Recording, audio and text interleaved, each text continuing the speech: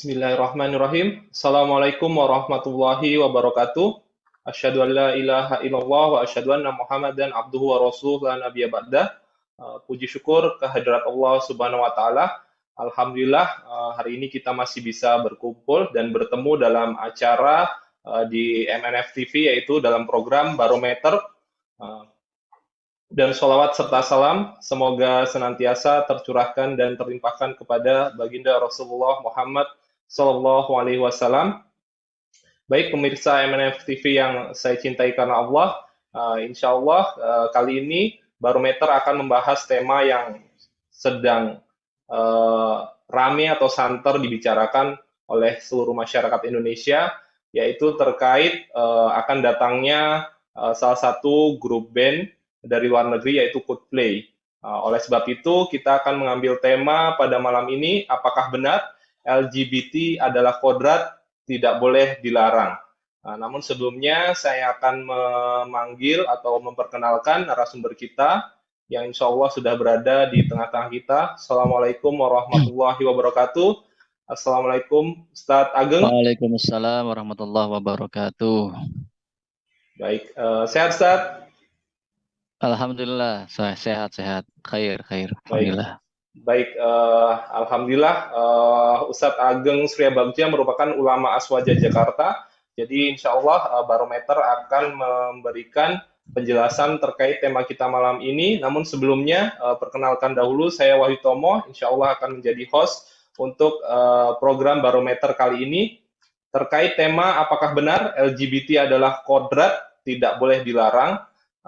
Saya akan memberikan dua narasi. Yang pertama, saya ambil dari pikiranaceh.com pada tanggal 22 Mei 2023 dengan judul dianggap pendukung kelompok LGBT, MUI tolak konser Coldplay diadakan.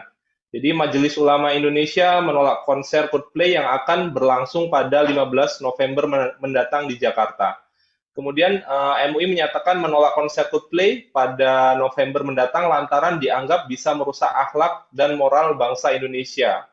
Jadi penolakan ini pertama kali disampaikan oleh Wakil Ketua Umum MUI, Anwar Abbas, yang menyebut Coldplay bisa mempengaruhi anak bangsa. Beliau menyatakan jangan dilihat dari faktor ekonomi saja, tapi juga sorot hal lain yang bisa mempengaruhi anak bangsa, generasi muda, dan akan merusak moral dan peradaban anak-anak bangsa. Ucap Waketum MUI Anwar Abbas.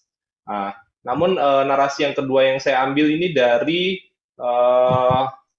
Kumparan News pada tanggal 21 Mei 2023 dengan judul Mahfud LGBT itu kodrat sehingga tak bisa dilarang. Yang dilarang perilakunya. Jadi Menko Polhukam Mahfud MD menyinggung masalah LGBT ketika memberikan sambutan dalam Rakernas KAHMI 2023 pada Sabtu 20 Mei di Puncak, Bogor. Mahfud menjelaskan LGBT adalah kodrat sehingga tidak bisa dilarang.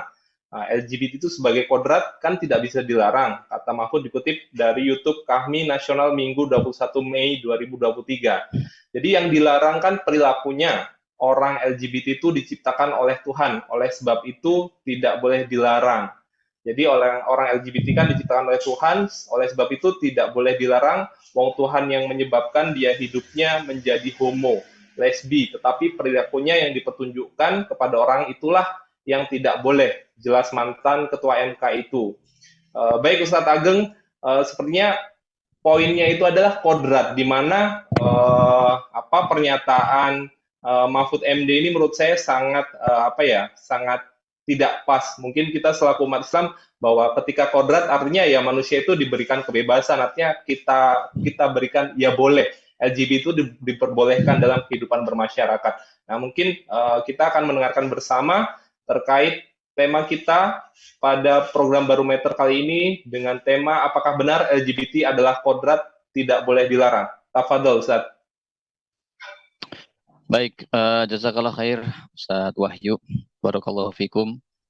Bismillahirrahmanirrahim. Assalamualaikum warahmatullahi wabarakatuh. Alhamdulillahirabbil alamin. Alhamdulillahilladzi arsala rasulahu bil huda wa dinil haqq liyuzhirahu 'ala dini kullih walau karihal musyrikun. Asyhadu an la ilaha illallah wahdahu la syarikalah وأشهد أن سيدنا محمدا عبده ورسوله اللهم صل وسلم وبارك على سيدنا محمد وعلى آله وأصحابه ومن تبعهم بإحسان إلى يوم الدين رب اشرح لي صدري ويسر لي أمري واحلل عقدة من لساني يفقهوا قولي وبعد. Baik, pemirsa MNF TV yang sama-sama mengharapkan ridha Allah Subhanahu wa taala.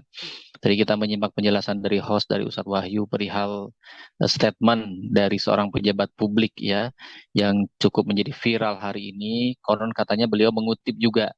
Beliau baru-baru saja menyampaikan klarifikasi gitu ya, mengutip dari sumber lain yang notabene sumber legal formal hukum di Indonesia. Tapi saya kira kalau mengutip tapi tidak dibantah itu kan artinya menyetujui ya gitu ya. Mengutip sesuatu dari sumber lain disampaikan kepada publik tapi dia sendiri tidak memberikan bantahan, tidak memberikan counter terhadap kalimat tersebut. Ini kan berarti kutipan itu diambil dalam rangka mendukung opininya gitu kan. Artinya kita tidak bisa atau tidak cukup bukti bahwa beliau tidak menyetujui kalimat tersebut gitu. Nah, ala kulihal kalimat bahwa LGBT ini kodrat ini kan berbahaya sekali ya.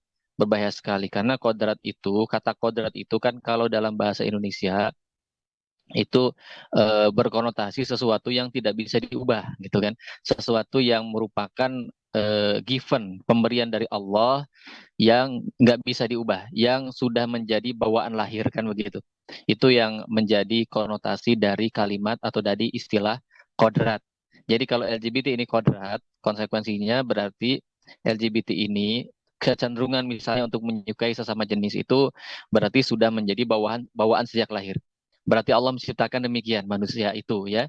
Ada kecenderungan penyuka sesama jenis di dalam dirinya. Maka konsekuensinya adalah sebagaimana yang disampaikan tadi oleh beliau itu bahwa orang itu tidak bisa dilarang melakukan mengekspresikan kecenderungannya itu yang nggak boleh mungkin memperlihatkan atau mempromosikannya ke halayak ya. Memang kalau mempromosikan gitu kan, itu udah area publik gitu kan, sudah area publik dan mungkin mengganggu kebebasan orang lain. Tapi dirinya sendiri sebagai orang yang memiliki kecenderungan tersebut maka dibebaskan melakukan itu. Ini kalimat yang khas diambil dari sudut pandang demokrasi, sudut pandang sekulerisme ya, di mana wilayah private, wilayah aktivitas individu itu tidak boleh diintervensi oleh negara. Sehingga boleh saja orang melakukan itu ya tanpa misalnya menyebar atau tanpa memperlihatkan kepada orang lain. Masalahnya hari ini kalau orang melakukan satu kemungkaran ya, satu kelainan, satu penyimpangan, walaupun dia melakukannya private, tidak ada yang menjamin bahwa perilaku private ini menular ke orang lain. Apalagi pola-pola rekrutmen LGBT kan kita tahu sendiri ya. Ada proses penularan perilaku itu secara private juga. Ini kan bahayanya di situ. Maka perkataan bahwa ini kodrat dengan segala konsekuensinya tentu saja berbahaya. Nah, sebelum kita masuk ke dalam pembahasan apa sih yang sebenarnya menjadi kodrat tanda kutip atau menjadi tabiat atau fitrah manusia itu gitu ya. Apakah benar perilaku LGBT itu masuk ke dalam ranah kodrat atau ranah fitrah atau ranah tabiat manusia. Sebelum ke situ harus clear dulu bahwa LGBT ini perilaku menyimpang gitu ya. Perilaku yang dikriminalkan oleh agama Islam. Mungkin sudah banyak yang menyampaikan hal tersebut, sekedar review. Misalnya di surah Al-Ankabut ya, Quran merekam perkataan dari Nabi Lut kepada kaumnya. Ini kan kaum Nabi Lut yang pertama kali melakukan itu. Nah, dalam surah Al-Ankabut ayat 28 Allah berfirman, A'udzubillahi minasyaitonirrajim. Wa lutan idz qala liqaumihi innakum lata'tunal fahishata ma sabaqakum biha min ahadim minal alamin. Ingatlah Lut ketika dia berkata kepada kaumnya, sesungguhnya kalian telah melakukan fahisyah yang belum pernah dilakukan seorang pun di dunia ini. Jadi perilaku LGBT itu disebut fahisyah oleh Al-Quran. Disebut keburukan. Fahisyah itu kan kekejian. Ya. Dan perilaku ini tidak pernah dilakukan ya sebelum kaum Nabi Lut yang melakukan. Jadi kaum Nabi Lut adalah pelaku pertama ya kecenderungan LGBT ini. Dan ingat LGBT kaum Nabi Lut itu hanyalah tanda kutip hanyalah eh, penyuka sesama jenis dari laki-laki ke laki-laki. Di kaum Nabi Lut belum ada lesbian, belum ada transgender, ya, apalagi tuh biseksual ya B-nya, itu belum ada. Itu pun sudah disebut sebagai fahisha. Apalagi zaman sekarang yang lengkap LGBT, apalagi itu ya, lebih lengkap daripada fahishahnya kaum Nabi Lut, maka fahishahnya tentu derajatnya lebih tinggi daripada kaum Nabi Lut. Nah, karena perilaku yang demikian itu, maka Allah mengazab mereka dengan beberapa hukuman sekaligus, yaitu dibutakan matanya. Ini ada dalam surat Al-Qamar, kemudian dikirim suara yang sangat keras dalam surah Al-Hijr, kemudian tempat tanah bumi yang mereka tinggali diangkat oleh Allah dan dibalik, ada di surah Hud, dan juga yang keempat adalah dihujani batu oleh Allah Ta'ala, ada di surah Az-Zariyat. Nah, ini hukuman bagi kaum Nabi Lut, azab azab bagi kaum Nabi Lut pada masa itu. Nah, bagaimana dengan syariat Islam berbicara perilaku sedemikian yang dilakukan oleh umat di zaman ini, umatnya Nabi Muhammad SAW. Maka terdapat beberapa dalil terkait itu. Pertama, bahwasanya perilaku liwat ini dilaknat oleh Allah Ta'ala. Ini berdasarkan hadis Nabi SAW dari riwayat Ibnu Abbas radhiyallahu anhuma, ya, la'anallahu man amila amala Lut, la'anallahu man amila amala qaumi Lut, maaf, ya. La'anallahu man amila amala qaumi Lut. Salatan, 3 kali Rasulullah SAW mengatakan itu. Apa artinya? La'anallahu, Allah melaknat, man amila, yang melakukan, orang-orang yang melakukan amala qaumi Lut, perbuatan kaum Lut, ya. Perbuatan kaum Lut itu apa? Ya liwat itu tadi, penyuka sesama jenis. Dan Rasulullah SAW mengulangnya 3 kali.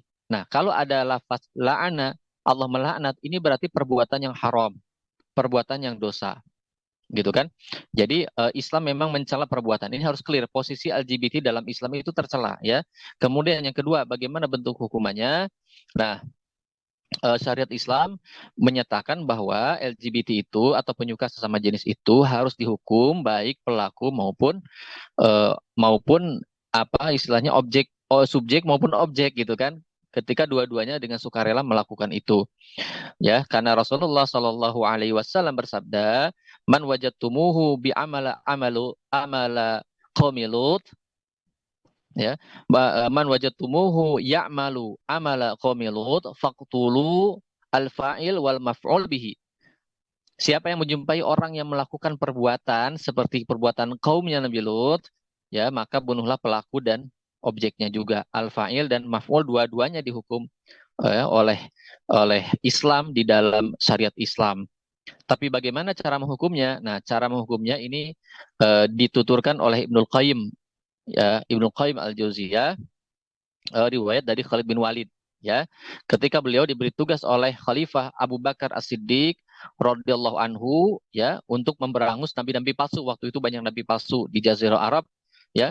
Diutuslah Khalid bin Walid untuk menumpas. Ternyata ketika dalam program penumpasan nabi palsu tersebut, Khalid bin Walid menjumpai ada laki-laki menikahi laki-laki, ya. Jadi ada laki-laki menikah tapi menikah dengan laki-laki. Dikabarkanlah, ya, kepada Khalifah Abu Bakar As-Siddiq, ya. Lalu dituturkan oleh Imam Ibnu Qayyim, fastasyar Abu Bakar As-Siddiq as-sahabah radhiyallahu anhum, fakana Ali ibn Abi Thalib asyadduhum qaulan fih. Abu Bakar As-Siddiq kemudian bermusyawarah dengan para sahabat bagaimana nih menyikapi ada laki-laki kok nikah sama laki-laki. Maka di situ di musyawarah tersebut, ya, di lingkaran para sahabat ada Sayyidina Ali bin Abi Thalib radhiyallahu anhu. Beliau ini di dalam forum ini adalah orang yang paling keras pendapatnya tentang laki-laki menikahi laki-laki. Apa kata beliau? Faqala ma fa'ala hadza illa ummah minal umam wahidah wa qad alimtum ma fa'alallahu biha ara an yahruqa binnar. Kata Sayyidina Ali, kejadian ini hanya pernah dilakukan oleh satu umat, yaitu umat kaum Nabi Lut. Dan kalian telah mengetahui apa yang Allah lakukan untuk mereka. Allah mengazab mereka. Maka kata Sayyidina Ali, saya mengusulkan agar mereka dibakar. Ini pendapat Sayyidina Ali radhiyallahu anhu. Fakata Abu Bakar ila Khalid faharakahu. Maka Abu Bakar pun menulis surat kepada Khalid agar pelakunya itu dibakar. Ya, tapi ini pendapat Sayyidina Ali. Lalu kemudian Ibnu Qayyim melanjutkan ada pendapat dari Ibnu Abbas, ya. Apa pendapat Ibnu Abbas? Waqala Abdullah Ibnu Abbas an yanzura a'la ma fil qaryah fayarmi al-luti, ya, fayurma al-luti minha munkasan thumma yattabi' bil hijarah wa qada Ibnu Abbas hadzal had min uqubatillah li lutiyah qaumi Lut. Ibnu Abbas mengatakan untuk memperlakukan orang yang melakukan penyimpangan ini, ya, orang penyuka sesama jenis, berzina laki-laki dengan laki-laki, maka lihat tempat paling tinggi di kampung itu, bawa mereka ke tempat paling tinggi, lalu lemparkanlah mereka dari tempat tertinggi, misalnya kita di dalam wilayah kita ada gedung atau gunung atau apa, ya, dibawa ke tempat paling tinggi, kemudian diterjunkan, dijatuhkan dalam kondisi terbalik. Setelah jatuh, maka dilempar dengan batu. Nah, inilah pendapat Ibnu Abbas.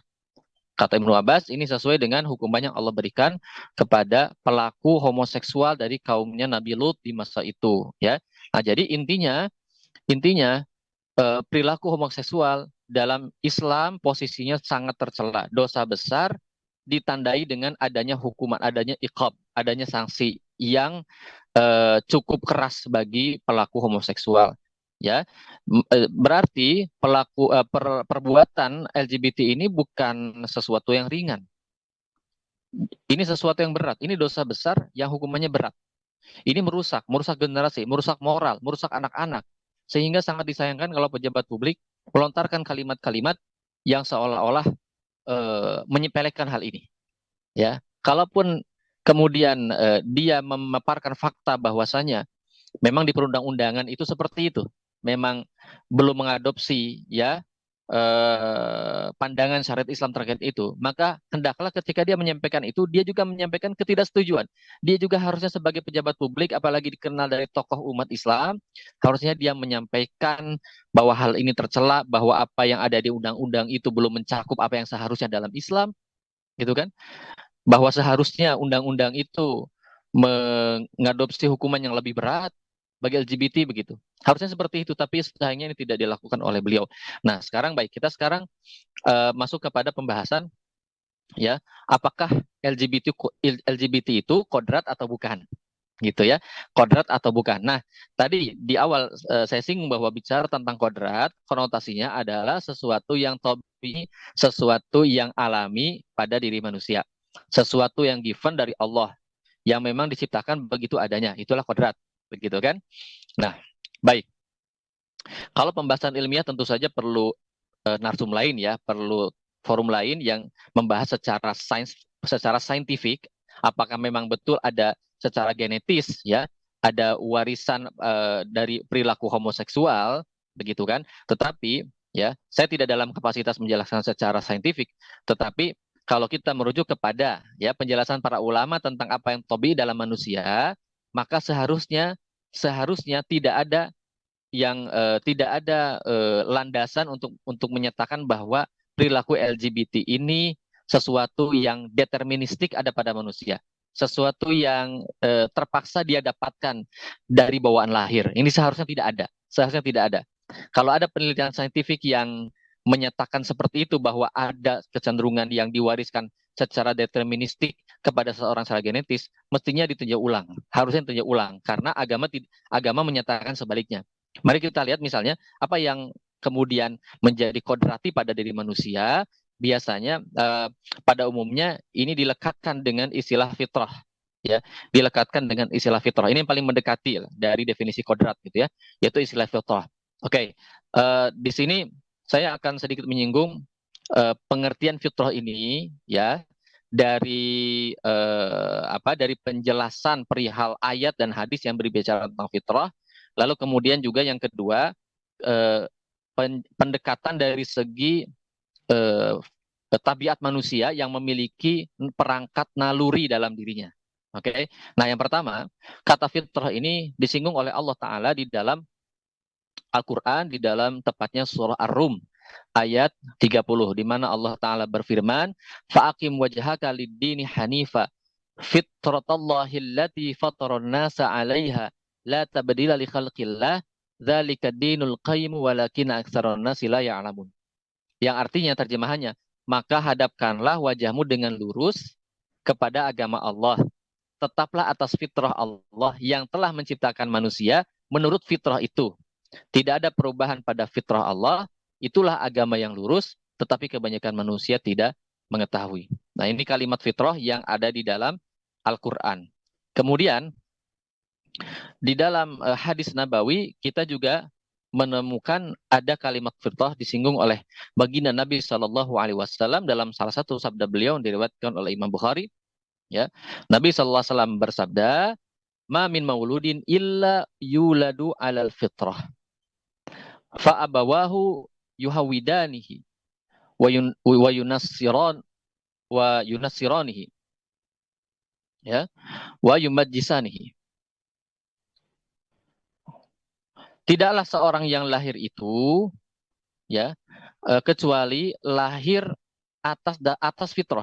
Maka kedua orang tuanya lah yang membuatnya menjadi Yahudi, yang membuatnya menjadi Nasrani, yang membuatnya menjadi Majusi. Maka setiap anak yang lahir, setiap bayi yang lahir oleh Nabi SAW disifati di dalam fitrah, dalam keadaan fitrah, ya.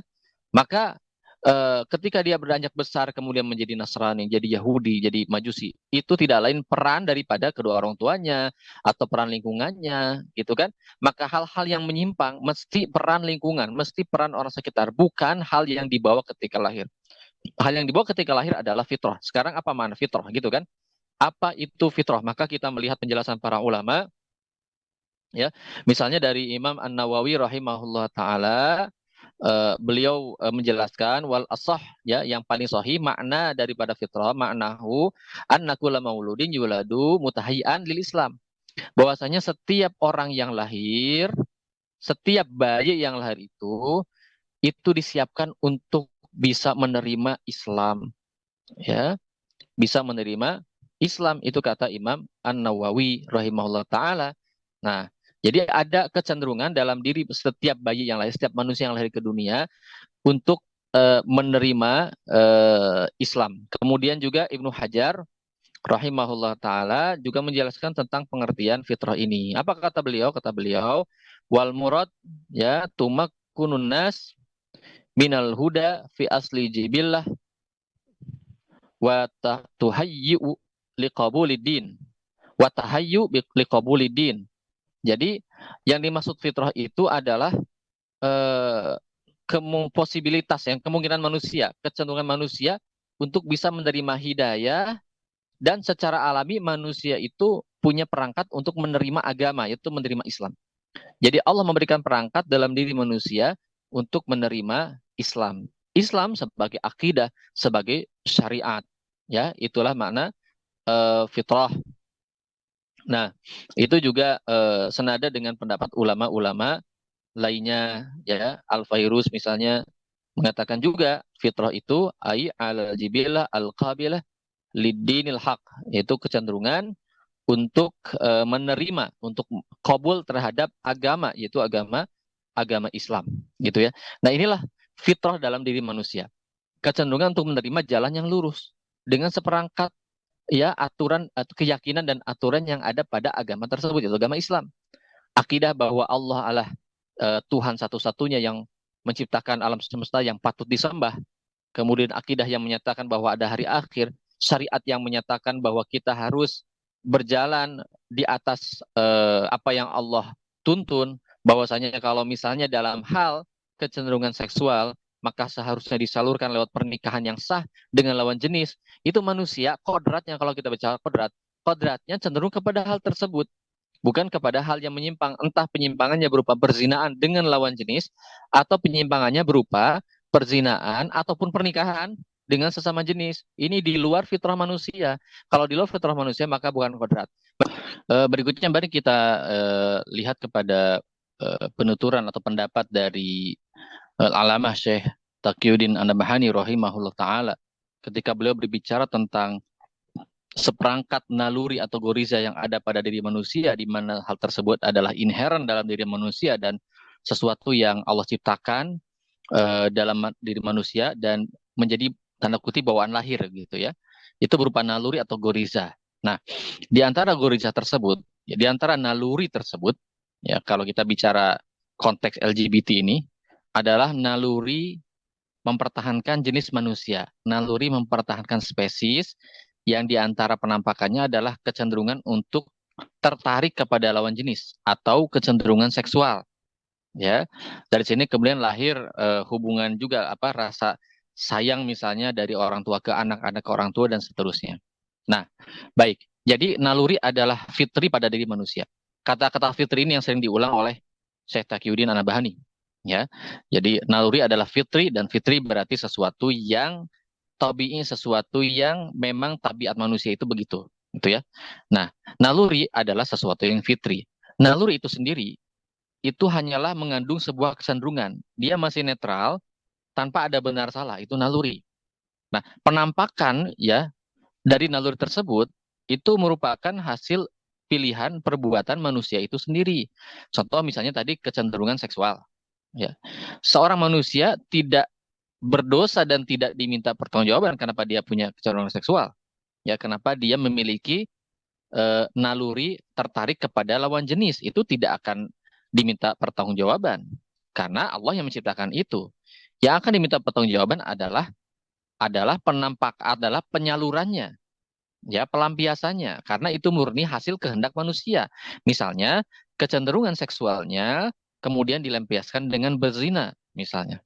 Ya, nah berzina itu pilihan siapa? Tentu pilihan si manusia itu sendiri. Iya kan? Dan karena zina itu haram dalam Islam, maka dia berdosa karena berzina itu. Nah, berzina diantaranya itu ya adalah penampakan naluri seksual. Ya kan? Nah, kalau naluri seksual mau dilampiaskan dengan cara halal, maka menikah kan begitu kan? Maka menikah, bukan berzina. Nah, kalau berzina berarti dia dosa. Kalau menikah berarti dapat pahala. Nah, kalau berzina misalnya adalah pelampiasan penyaluran dari nalur seksual, di mana nalur seksual adalah sesuatu yang kodrati, kalau kita tadi bicara kodrat, apakah berarti berzina itu adalah kodrat manusia? Kan tidak bisa dibilang seperti itu. Ya, contoh lain, naluri yang lain, contoh ya, naluri kepemilikan, namanya gorizatul baqo, adalah naluri yang ada pada diri manusia untuk memiliki sesuatu, harta benda, barang-barang, gitu ya, di antaranya. Sebetulnya arti gorizatul baqo naluri mempertahankan diri. Di antaranya adalah ingin memiliki sesuatu untuk kebesaran dirinya. Dia pengen punya banyak harta, barang dan sebagainya. Nah, sekarang penampakannya apa? Penyalurannya apa? Ya, kalau orang kemudian dengan naluri itu kemudian dia bekerja, berdagang yang halal, tidak masalah. Tapi bisa jadi ada orang yang melampiaskan naluri itu dengan mencuri, dengan korupsi. Apakah mau kita bilang bahwa mencuri dan korupsi itu adalah kodrat karena lahir dari kecenderungan manusia untuk memiliki sesuatu, untuk memiliki harta? Kan tidak bisa seperti itu. Kalau LGBT mau disebut sebagai kodrat, maka harusnya korupsi juga kodrat manusia. Korupsi nggak boleh disalahkan, Pak. Ya, tidak boleh disalahkan orang korupsi, asal dia tidak memperlihatkan korupsinya. Kalau kita pakai logikanya, bahwa LGBT itu tidak masalah, LGBT itu kodrat, yang penting tidak diperlihatkan kepada manusia. Oke, kalau gitu korupsi juga kodrat, ya, asal jangan diperlihatkan kepada manusia. Mau tidak undang-undang mengadopsi itu, korupsi adalah kodrat. Sehingga silakan korupsi asal diam-diam dan tidak diperlihatkan kepada manusia. Ini konsekuensi. Kenapa? Karena LGBT dan korupsi sama-sama pelampiasan naluri yang keliru. Kalau korupsi adalah pelampiasan naluri memiliki, maka LGBT adalah pelampiasan naluri seksual yang keliru. Naluri seksual tidak salah, tapi LGBT-nya salah. Satu itu. Yang kedua, supaya tidak salah paham, maka tidak bisa dikatakan bahwa berarti ada manusia yang punya naluri seksual suka sesama jenis. Ini juga keliru. Yang disebut naluri seksual di sini adalah naluri mempertahankan jenis manusia. Bagaimana cara mempertahankan jenis manusia? Tentu bereproduksi. Bagaimana cara mereproduksi? Tentu laki-laki bertemu dengan perempuan. Maka naluri seksual yang benar, yang sesuai fitrah, ya, gorizah an-nawu, naluri seksual yang benar atau gorizatul jinsiyah ya, sesuai fitrah adalah ketertarikan pada lawan jenis, bukan sesama jenis. Kalau sesama jenis tidak mungkin ada reproduksi, tidak mungkin ada kelanjutan generasi manusia. Berarti menyukai sesama jenis ini juga tidak masuk ke dalam naluri. Tidak masuk ke dalam naluri. Naluri mempertahankan jenis atau naluri seksual. Berarti apa? Berarti ini penyimpangan dari naluri. Iya kan? Kalau naluri kepada lawan jenis, tertarik pada lawan jenis ini naluria. Kalau disalurkan dengan menikah pahala, disalurkan dengan berzina dosa. Tapi naluri ketertarikan pada sesama jenis ini penyimpangan dari naluri itu sendiri gitu. Ya, karena tidak ada ceritanya naluri manusia menyukai sesama jenis ini nggak ada perangkatnya gitu, nggak ada perangkatnya. Artinya kecenderungan ketertarikan seksual kepada sesama jenis ini bukan kodrati dan bukan bagian dari naluri manusia. Hal itu adalah penyimpangan dari naluri. Dari mana penyimpangan itu datang? Dari pengaruh lingkungan, pengaruh orang lain, gitu kan?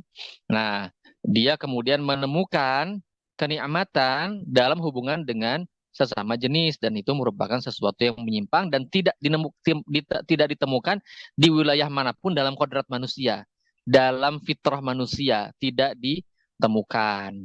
Nah, jadi kalau mau kita gabungkan dari semua penuturan tentang fitrah manusia, maka bisa disimpulkan bahwa manusia itu secara fitrah memiliki naluri, ya, memiliki naluri, entah naluri seksual kah, naluri ingin memiliki harta, naluri beragama. Di samping juga manusia punya kebutuhan jasmani untuk makan, minum dan sebagainya, ya. Satu itu, dan naluri sesuatu yang netral. Kedua, fitrah juga bukan hanya bicara naluri, tapi fitrah juga bicara bahwa kecenderungan manusia adalah mengikuti kebenaran, itu fitrah. Kecenderungan manusia, ya, dalam hal harta misalnya dia ingin untuk mencari harta di jalur yang halal. Kecenderungan manusia dalam beragama adalah dia ingin menyembah Allah yang esa. Kecenderungan manusia secara fitrah dalam seksualitas adalah dia ingin, ya, mencari lawan jenis, ya, untuk terikat dalam hubungan yang halal, hubungan yang syar'i. Itulah fitrah manusia, itulah kodrat manusia. Jadi walaupun manusia itu diberi pilihan, ya, diberi kemampuan untuk memilih mana yang jalan yang baik dan jalan yang buruk. Fa'alhamaha fujuraha wa taqwaha. Allah berikan kemampuan manusia untuk memilih jalan yang fujur, yang buruk, atau jalan takwa. Kita punya pilihan. Tetapi fitrah manusia itu cenderung pada jalan takwa. Itu fitrah manusia. Cenderung pada jalan yang baik. Karena itu kodrat manusia adalah ingin menjauh dari perilaku LGBT. Itu kodrat manusia. Itu suara hati manusia, ya. Maka saya berharap, ya, saudara-saudara kita yang terjerat dengan perilaku maksiat tersebut, terjerat dengan perilaku LGBT, ya, mudah-mudahan mereka mendengar fitrahnya sendiri, ya, dalam dirinya. Apa fitrahnya berbicara? Fitrahnya akan berbicara kepada dirinya untuk mencari jalan pulang, mencari jalan tobat kepada Allah Subhanahu wa taala. Jadi jangan dinormalisasi dengan kata LGBT ini kodrat. Jangan. Nanti yang LGBT mereka merasa bahwa perbuatannya baik-baik saja. Dan bahkan bisa jadi menyalahkan Tuhan, menyalahkan Allah. Karena Allah menciptakan dia demikian. Ini keliru total. Keliru total. Justru Allah Ta'ala menciptakan dirinya punya kecenderungan pada kebaikan. Allah Ta'ala menciptakan dalam fitrahnya, dalam kodratnya, keinginan, kecenderungan untuk bertobat dari perilaku-perilaku seperti itu. Maka Allah selalu menunggu setiap orang-orang yang terjerat dalam perilaku maksiat, Allah menunggu mereka untuk bertobat. Ya, kepada saudara-saudaraku yang terjerat dengan perilaku-perilaku LGBT, ya, baik dia yang sesama jenis ataupun transgender lainnya, ya, ketahuilah bahwa Allah menunggu kalian. Allah menunggu kalian untuk bertobat. Pintu tobat Allah selalu terbuka, tidak pernah tertutup. Kalian tinggal ikuti saja kata fitrah kalian, kata kodrat kalian, yaitu apa?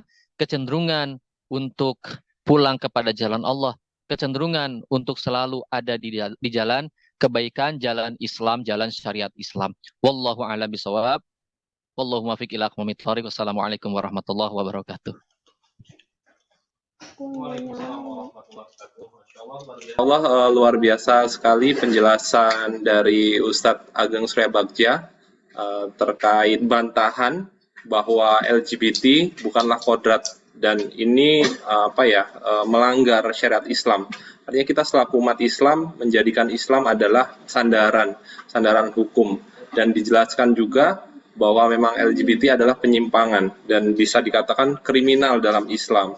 Oleh sebab itu, kita selaku umat Islam harus menjauhi ataupun meninggalkan hal-hal yang memang bertentangan dengan syariat Islam. Baik, Ustadz Ageng, jazakallah khair atas waktunya.